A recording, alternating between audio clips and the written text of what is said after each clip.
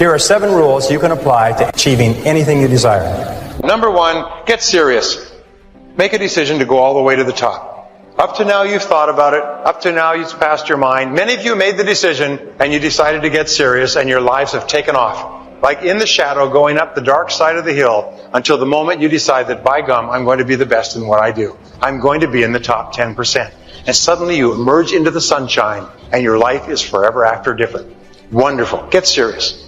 Don't fool around anymore. You've really got to get serious. You don't have to be grim, but you must be serious. I know a guy that's got a half a dozen jokes keeping him from becoming wealthy. He's not known as rich. He's known as a joker, which I guess is okay if that's the kind of life you want to live. But it really isn't the best way to live. To go from average to fortune, you must get serious. And you must get serious about 2 very important things. Number 1 is setting your goals and where you want to go. Designing the next 5, the next 10 years is so vitally important.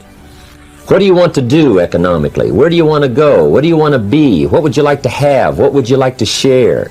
How much would you like to earn? How far would you like to go? Those are some major questions to ask. And for that all to work out like you want it to for the next 5 or 10 years, in my personal opinion, you've got to get serious. Say this to yourself every day. I can write my own book. I can have my own business. I can take the trip and travel around the world. It's possible. I can bounce back from adversity and reinvent my life. It's possible. The second letter of the 10 is competence. And this is a discovery that I made a couple of years ago, and it just staggered me because I've been studying success for years. And then there's the book In Search of Excellence, and then there's The Pursuit of Excellence, and then there's Refinding Excellence and Losing Excellence, and all the excellence books.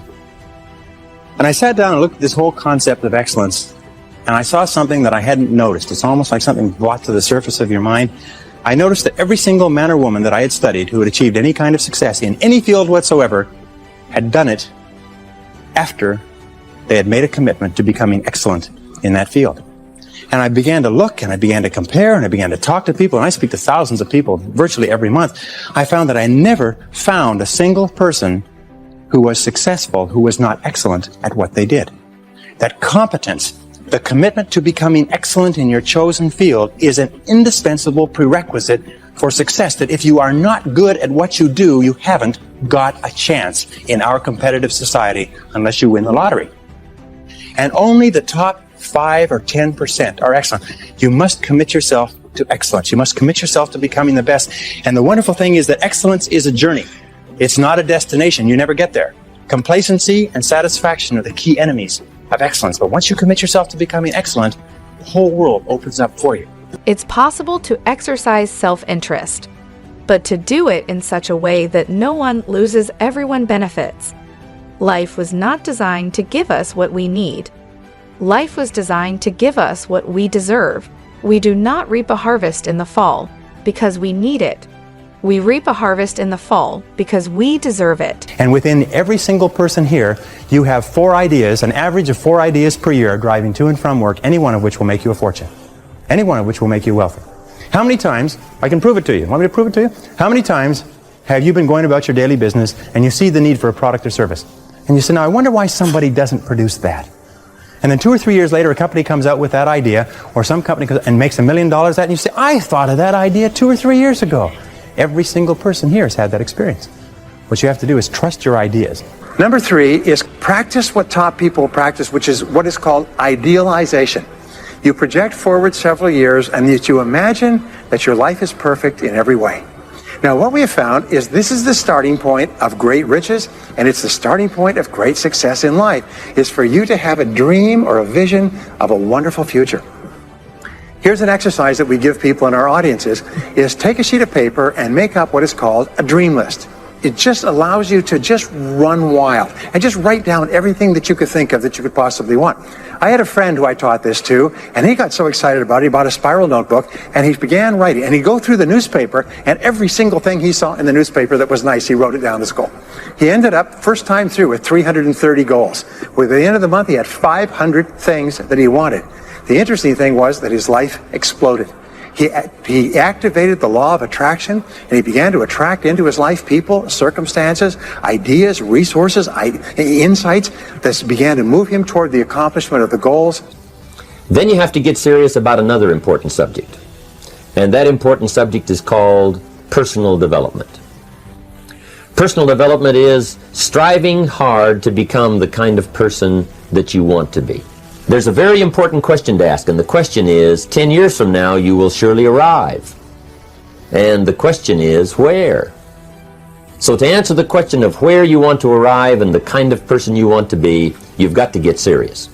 And the difference between successes and failures is not that successful people make right decisions. It is that successful people make their decisions right. The third point under clarity is to have a vision for yourself and a vision for your life. The key to having a vision is to have a dream. They say in the song, you've got to have a dream if you want to make a dream come true. And you can fulfill your dreams. All the great movers and shakers throughout all of history have been dreamers. They have been people with dreams. They've been people with visions. All leaders have vision. In the book of Solomon, it says, where there is no vision, the people perish. And the metaphysical meaning of that is that where people lack vision, they perish inside because they lose the excitement and the thrill of life. If the best way to predict the future is to create it, which means to have a vision, and even though the vision is in the air or the sky, then build a foundation under your dreams.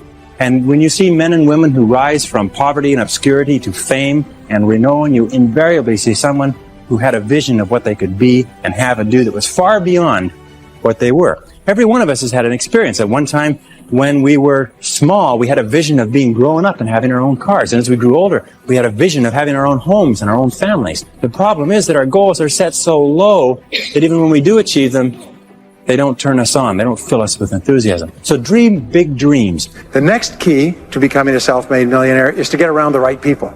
This is a key for becoming a self-made millionaire. Why? Dr. David McClellan at Harvard did studies for 25 years looking into why it is that some people succeeded greatly in life. What he found was as much as 99% of your success in life is going to be determined by what he called your reference group. Your reference group are the people with whom you habitually associate. Why? It's because we are like chameleons, and we absorb through the skin the attitudes, the opinions, the behaviors, the style of dress, the style of speech of the people with whom we associate most of the time. If you start to associate with winners most of the time, you find that they have a totally different worldview. They're positive, they're upbeat, they're focused, they're learning, they're growing, they're positive at what they're doing, and you start to become like that. There is what you heard about the law of attraction. And the law of attraction says that if you change the way you think, you start to attract new people into your life. If you become aggressive about personal development and personal growth, you start to meet other people who think the same way. And the old groups of people that you associated with fall away, and the new group of people appears. So people say, well, where do I find positive people who are thinking about success all the time? First you become one, and then you naturally attract it.